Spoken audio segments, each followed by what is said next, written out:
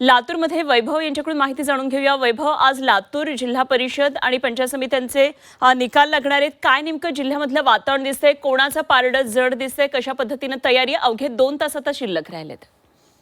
नक्कीच अनुपमा, आपण जर पाहिलं तर जिल्हा परिषद आणि पंचायत समितीचा जो धुराळा आहे ते आता संपलेला आहे। आता थोड्याच वेळामध्ये जे आहे ते आता मतमोजणीला सुरुवात होणार आहे। त्यानंतर मिनी मंत्रालय जे म्हटलं जातं त्याचा कारभारी कोण होणार हे आता थोड्याच वेळामध्ये स्पष्ट होणार आहे। आपण जर पाहिलं तर लातूर जिल्ह्यामध्ये 59 जिल्हा परिषद आणि जवळपास 118 पंचायत समितीच्या ज्या निवडणुका आहेत त्या पार पडलेल्या आहेत। आता अनेकांचं भवितव्य जे आहे ते आता मतपेटीमध्ये बंद आहे। त्यामुळे अनेक जण तर्कवितर्क काढतायत, विजय आपलाच होणार असं सांगितलं जातंय। पण थोड्याच वेळामध्ये जे आहे ते आता चित्र स्पष्ट होणार आहे। आपण पाहिलं तर जिल्हा परिषदेवर मागील काळामध्ये भाजपाची सत्ता होती।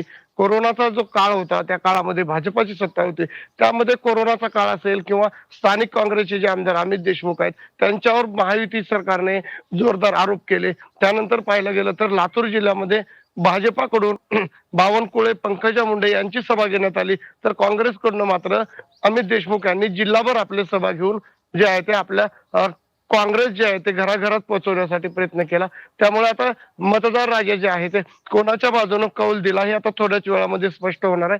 आपण पाहिलं तर लातूर जिल्ह्यामध्ये जे जिल्हा परिषद पंचायत समितीच्या निवडणुका झाल्या त्या जिल्हा परिषद ज्या असतील, पंचायत समिती ह्या ग्रामीण भागाच्या निगडीत या निवडणुका आहेत। त्यामुळे या निवडणुकीकडे जे मतदार राजा आहे, ग्रामीण भागातला मतदार राजा आहे, जी तो विकासाच्या दृष्टीने कोणाकडे पाहतोय, कोणाकडे मतदान ज्याला केले ते विजयी आता थोड्याच वेळामध्ये करणार आहे। त्यामुळे सर्वांचे जे लक्ष आहे ते आता या निकालाकडे लागलेलं आहे। अनुपमा, निश्चितच वैभव, जरूर या सर्व घडामोडींवर लक्ष ठेवून राहा। वेळोवेळी आपण जोडले जाऊ, चर्चा करत राहू।